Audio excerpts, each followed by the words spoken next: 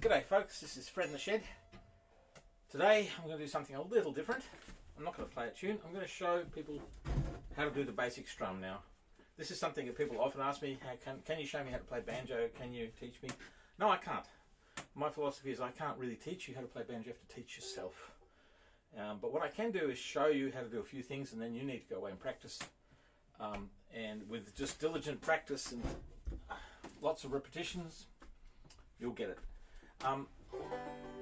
The first thing I want to say is there is no right way to play the banjo. Whatever you do, if you're enjoying it, that's fine. If somebody else enjoys it, that's even finer. If nobody enjoys it except you, it's still fine. There is no right or wrong way to play a banjo. It is a hobby, it is fun, it is something you do because you are a human and you want to howl and make noise, very much like a howler monkey, like a cockatoo, like a frog, like a whale. We sing and we play music, and it's a natural thing. And banjo is just an extension of our voice. And if you want to scream and make a horrible noise, that's fine. If you want to sing in a beautiful mellifluous tone, that's fine. It's all good. You'll find different audiences, and that's good. People get frustrated when they're trying to achieve something that they think is the right way to play it, or that they think will give them the audience they want. I don't recommend that. I recommend you just find your own space on the banjo, find out the way you enjoy playing it, and stuff the rest of the world. Unless, of course, you're trying to make money out of it, then you have to meet some standards that people expect. And when I say standards, I don't mean high standards or quality standards. I mean certain ways of doing things that are acceptable in our social systems. You know, and it depends on which village you live as to whether you're considered a genius or an idiot if you play things differently from the way everybody else does. I'm going to teach you how to do a basic strum. Now, the banjo can be used for many rhythms. I'm going to show you how to do a basic strum in 2/4 or 4/4 rhythm. And the way a bar is separated, music is made of bars, of course, each certain measures, like phrases, and you have to separate those into a certain standard rhythms. And one of them is the standard rhythm 2/4 or 4/4. Now, the first thing I want to tell you about that is if you're counting this 1, 2, 3, 4. If you put the emphasis on 1 and 3, you end up with something that sounds like a march or a children's rhyme. It's 1, 2, 3, 4. 1, 2, 3, 4. If you're playing music in almost every culture, Western culture in the world, then the music sounds better when you put the beat on the offbeat. 1, 2, 3, 4. 1, 2, 3, 4. And that's called the boom, chick, boom, chuck, boom, chuck rhythm. And that's what we're trying to do on the banjo. We're going boom, chuck, boom, chuck, boom, chuck, boom, chuck. So, the way you do that is you separate one basic strum into 4 notes. The first note is what I call down, where you hit one string with the back of one nail, usually that finger, sometimes this finger, sometimes this finger. I've even seen it done with this finger. You hit the back of the string, you hit the string with the back of your nail. And you need to be able to practice that till you can hit one string cleanly, on demand.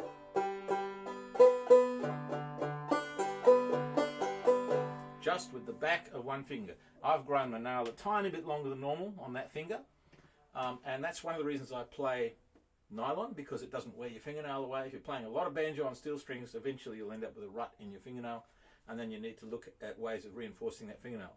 I prefer just to practice on nylon. I don't have that issue. So the first beat in the tune is usually down, which is one of these. I'm going to go for the 3rd string. So that's the G string. So strings are 1, 2, 3, 4, 5. The one nearest your nose is string number 5. Always remember that. The short string is number 5. It's the shorty, it's the drone, it's the bagpipe of the banjo. 1 is this string. They are D, B, G, D. D, G, D, B, G, D. And then a high little G. D, G. So, first note, 1, you hit down. The second beat, you do nothing. You rest. So it's down, rest, or down, pause. Then you strum, and you strum. You don't have to strum all of the strings. You can just strum 2 or 3. You don't even have to strum. You can just hit another string if you want. But it's a strum. It's what I call a strum. And then the last note of this basic strum is the thumb. And the thumb plucks the 5th string. Now, there's a little bit of trickiness with this. First I'll show you how that works. So it's down, pause, strum, thumb. Down, pause, strum, thumb. Down, pause, strum, thumb. Down, pause, strum, thumb.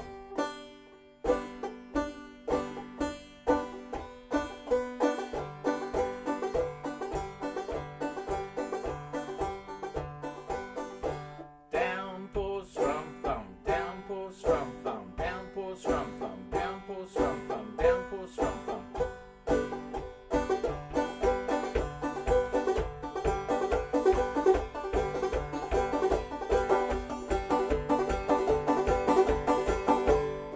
That's the basic strum. There are lots of things to add to that. But the thing you need to learn is your thumb. When you're playing this, your hand has to be relaxed as if you're holding an egg, so that your fingers are slightly curled round. It's easy. As I said before, there are no rules. You can do whatever you want. But this will save you strain in your tendons and enable you to play faster. If you find your natural position of your hand, which is just a straight hand as if you're holding an egg. It's very much like the bow of a fiddle.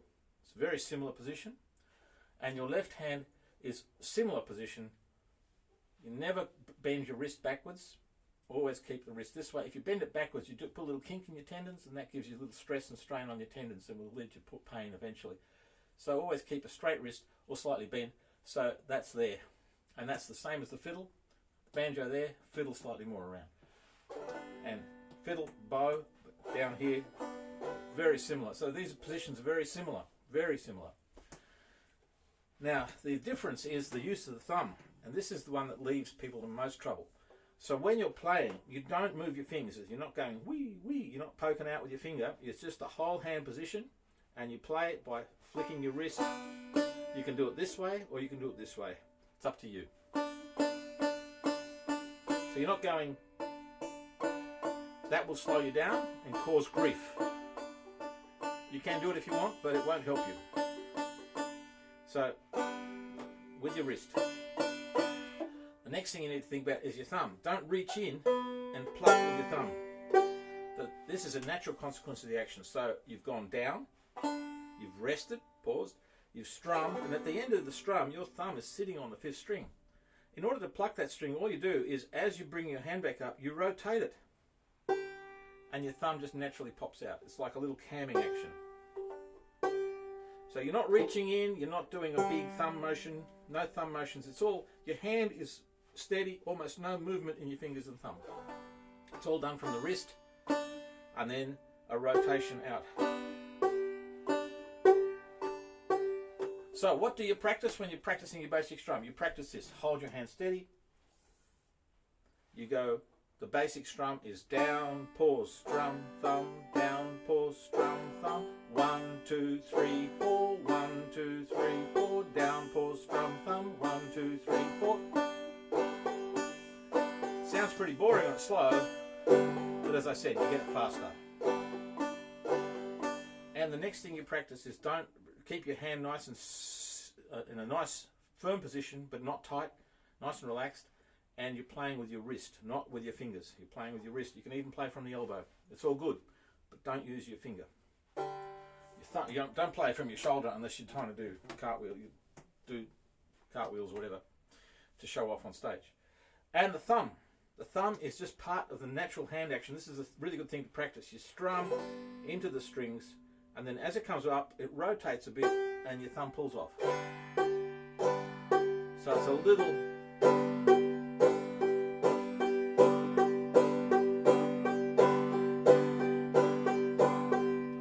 Okay, that's the basic strum.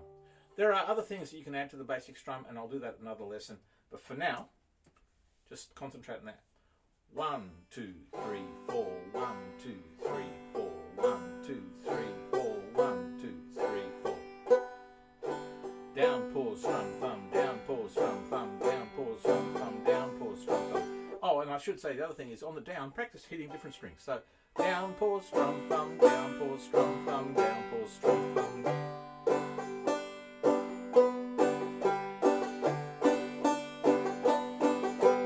I'm missing. Haven't been practicing enough, obviously.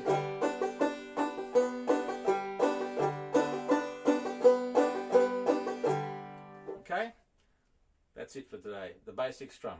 Hope you enjoyed that lesson, coaching, and I hope it helps you on your way.